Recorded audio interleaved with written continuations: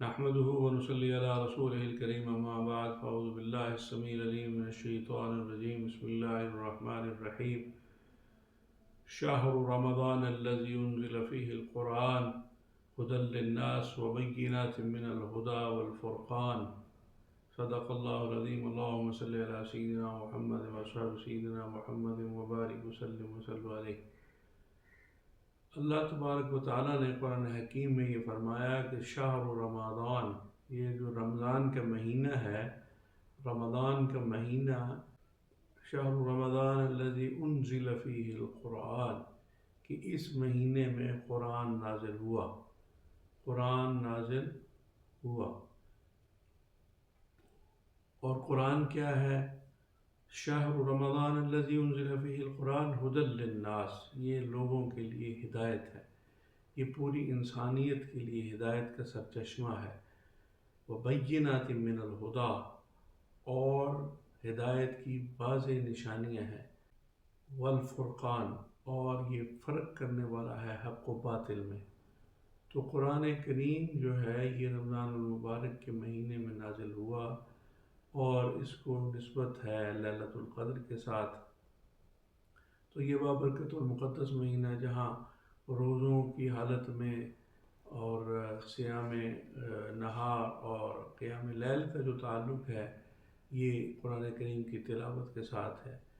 قرآن کریم کی تلاوت ویسے بھی اور قیام کی حالت میں بھی، تراویح میں بھی، نوافل میں بھی، اور ویسے بھی تلاوت قرآن جو ہے وہ کرنی، یہ اس مہینے کی خاص نسبت کے ساتھ۔ ویسے تو مسلمان کو ہر حال میں قرآن کریم کی تلاوت کرنی چاہیے۔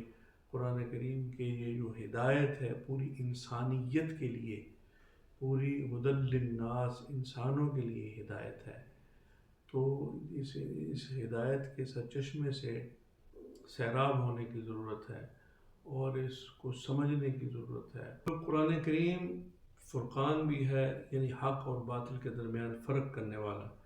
اگر کوئی شخص چاہتا ہے کہ وہ سیدھے راستے کو پا لے، اس کو پتہ چل جائے کہ دنیا میں صحیح کیا ہے اور غلط کیا ہے، حق کیا ہے اور باطل کیا ہے، جھوٹ کیا ہے اور سچ کیا ہے، تو اس کے لیے دنیا کائنات میں واحد پیمانہ قرآن کریم ہے، جس کے اوپر پرکھنے سے کسی بھی بات کو آپ پرکھنا چاہتے ہیں، جاننا چاہتے ہیں، سمجھنا چاہتے ہیں، سیکھنا چاہتے ہیں کہ بھئی ہم سیدھے راستے کو پانا چاہتے ہیں، ہم فرق کرنا چاہتے ہیں صحیح اور غلط میں، تو یہ ایک بہت بڑا مسئلہ ہے حق کے انصاف کے درمیان اور ناانصافی کے درمیان۔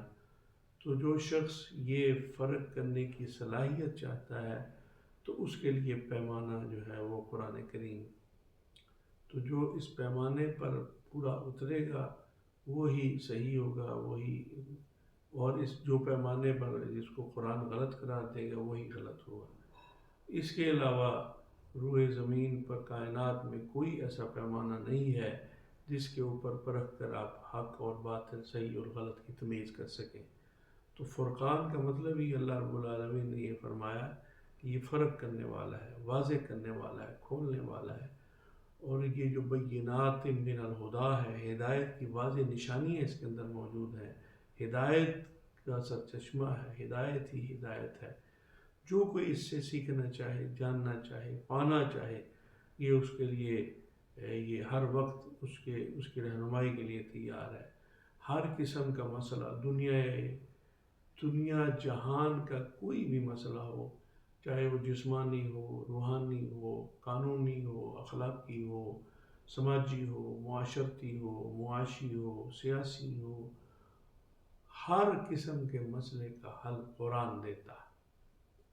بات خوش قسمت ہے وہ لوگ جو قرآن کریم کے دامن سے اپنے آپ کو وابستہ کیے ہوئے ہیں، قرآن کا دامن جنہوں نے پکڑا ہوا ہے، قرآن کے دامن سے لپٹے ہوئے ہیں، قرآن کے سامنے انہوں نے اپنے زانوں کو طے کر لیا ہے کہ ہم نے قرآن سے ہدایت حاصل کرنی ہے، قرآن کریم سے سیکھنا ہے، قرآن سے سمجھنا ہے، کیونکہ دنیا کی واحد کتاب ہے، دنیا کی واحد ہدایت ہے، جس کے اوپر کوئی ہدایت نہیں ہے، جس سے بڑھ کر کوئی قابل یقین، سچ اور حق پر مبنی اس سے بڑی اس سے بڑی کیا، اس کے برابر کیا، اس سے کوئی کسی کتاب کا کمپیریزن ہی نہیں ہے.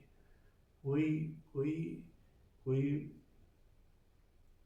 کوئی کسی قسم کا اس کے ساتھ یعنی حق اور باطل کو پہچاننے کے لیے اس کے ساتھ کسی کو کمپیریٹیولی اگر دیکھا جائے تو کوئی دنیا میں ایسی کتاب نہیں ہے.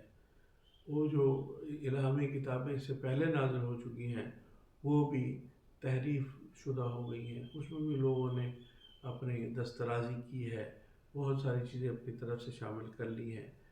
لیکن قرآن کریم کی زیر زبر میں بھی فرق نہیں آ سکتا.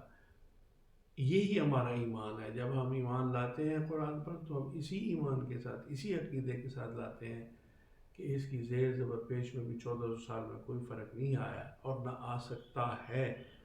بہت ساری ایسی قصے کہانیاں روایتیں لوگ بتاتے ہیں، سناتے ہیں کہ جی اتنے سے بارے اتنی آیتیں، وہ صورت، یہ صورت، سب کہانیاں ہیں، قصے ہیں.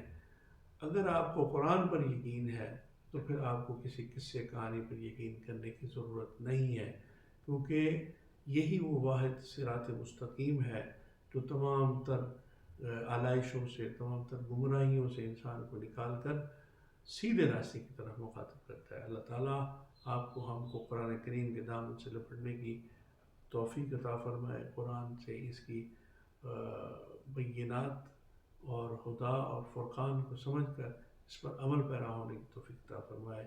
آپ ہمارا چینل سبسکرائب کر لیں، اس کو لائک کر دیں، شیئر کر دیں. والسلام علی من اتبع الہدی.